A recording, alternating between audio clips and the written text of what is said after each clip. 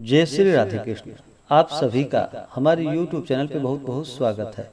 आइए सुनते हैं आषाढ़ मास गुप्त नवरात्रि श्री दुर्गा सप्तशती छठे अध्याय की कथा। नवरात्रि का व्रत जो कि हर वर्ष 4 बार मनाया जाता है, 2 गुप्त नवरात्रि के रूप में और 2 प्राकट्य नवरात्रि के रूप में। प्राकट्य नवरात्रि जो कि चैत्र और आश्विन के महीने में शुक्ल पक्ष प्रतिपदा तिथि से लेकर के नौमी तिथि तक, जो कि माता दुर्गा के 9 स्वरूपों का पूजन किया जाता है। वहीं पे गुप्त नवरात्रि के व्रत में जो कि आषाढ़ के महीने में और माघ के महीने में शुक्ल पक्ष प्रतिपदा तिथि से लेकर के नौमी तिथि तक माता 10 महाविद्याओं का पूजन किया जाता है।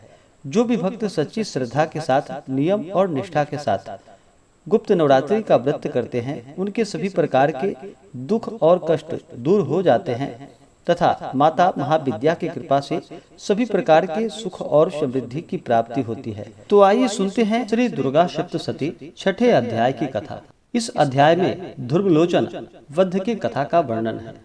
तो आइए सबसे पहले माता दुर्गा का ध्यान करते हैं, उसके बाद फिर हिंदी में कथा को श्रवण करेंगे। ओम नागाधीश्वर विष्टराम फणिफणोक्तम शोरुरत्नावली भास्वदेहलतां दिवाकर्णिभां नेत्रत्रयोद्भासितां मालाकुम्भकपालनीरजकरां चन्द्रार्धचूडां परां सर्वज्ञेश्वरभैरवाङ्कनिलयां पद्मावतीं चिन्तये। ओम श्री दुर्गा दिव्यै नमः। तो बोलिए प्रेम से दुर्गा माता की जय। मैं सर्वज्ञेश्वर भैरव के अंक में निवास करने वाली परमोत्कृष्ट पद्मावती देवी का चिंतन करता हूँ। वे नागराज के आसन पर बैठी हैं।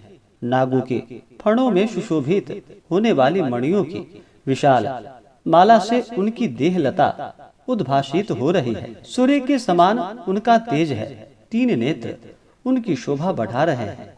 वे हाथों में माला, कुंभ, कपाल और कमल लिए हुए हैं तथा उनके मस्तक में अर्धचंद्र का मुकुट शोभित है।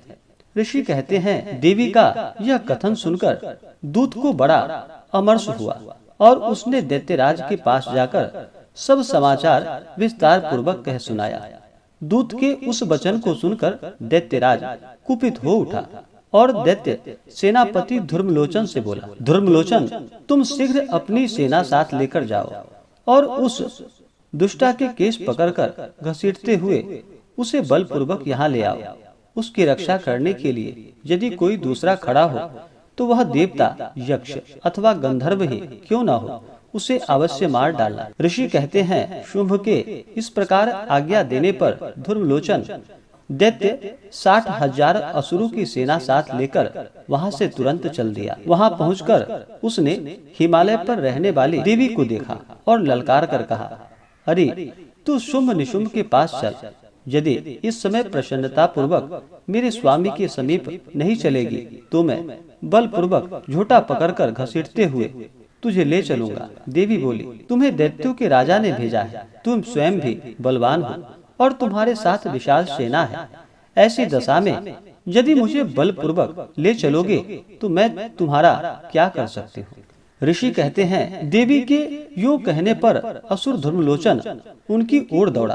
तब अंबिका हुम शब्द के उच्चारण मात्र से उसे भस्म कर दिया। फिर तो क्रोध में भरी हुई दैत्यों की विशाल सेना और अंबिका ने एक दूसरे पर तीखे साय को शक्तियों तथा फरसों की वर्षा आरंभ की।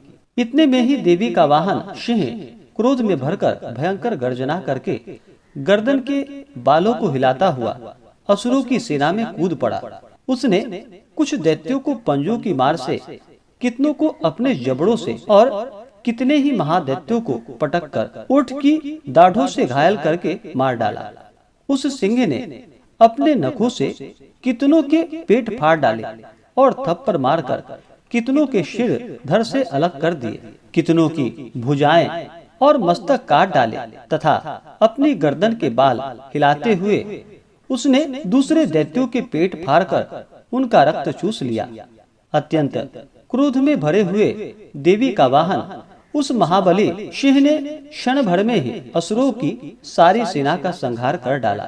शुंभ ने जब सुना कि देवी ने धर्मलोचन असुर को मार डाला तथा उनके सिंह ने सारी सेना का सफाया कर डाला, तब उस दैत्यराज को बड़ा क्रोध हुआ। उसका ओठ कांपने लगा। उसने चंड और मुंड नामक दो महादैत्यों को आज्ञा दी कि हे चंड और हे मुंड, तुम लोग बहुत बड़ी सेना लेकर वहां जाओ। उस देवी के झोटे पकड़कर अथवा उसे बांधकर शीघ्र यहाँ ले आओ।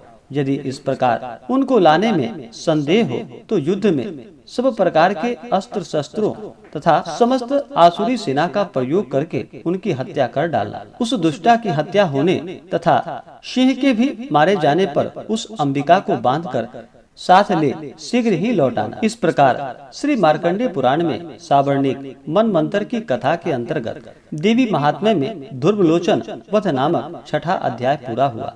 तो बोलिए प्रेम से माता दुर्गा की जय, नव दुर्गा देवी की जय।